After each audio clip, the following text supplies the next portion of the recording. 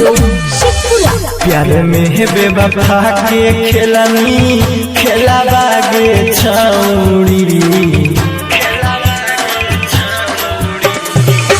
प्यार में है बेवफा के खेलनी खेला बागे छौड़ी।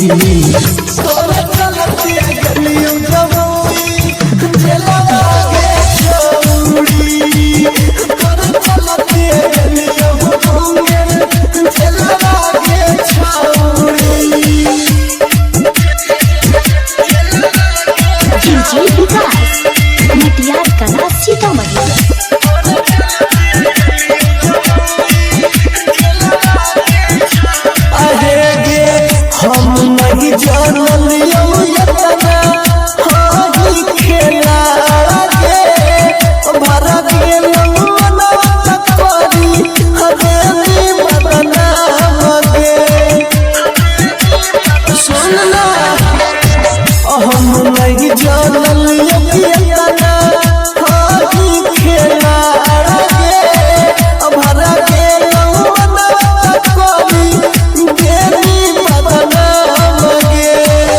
देनी बढ़ाई तुझा मेला बागे छौड़ी।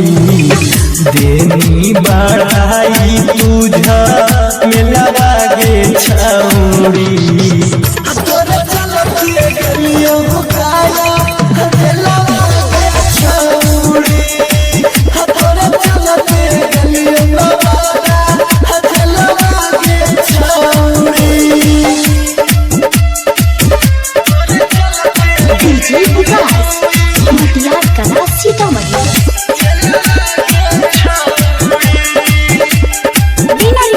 स्टूडियो शेखपुरा। लेनी तू बदला कवन हहलन कसूर के गुंडा माफिया के नाम से होलू मशहूर के। लेनी तू बदला कवन हहलन कसूर के गुंडा माफिया के नाम से आर्यन से हो तो नहीं तोरा मेला बागे छौड़ी।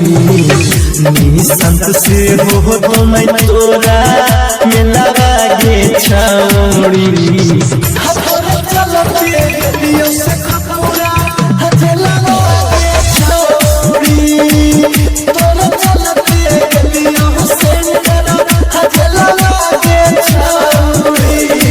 Recording studio Sheikhpura.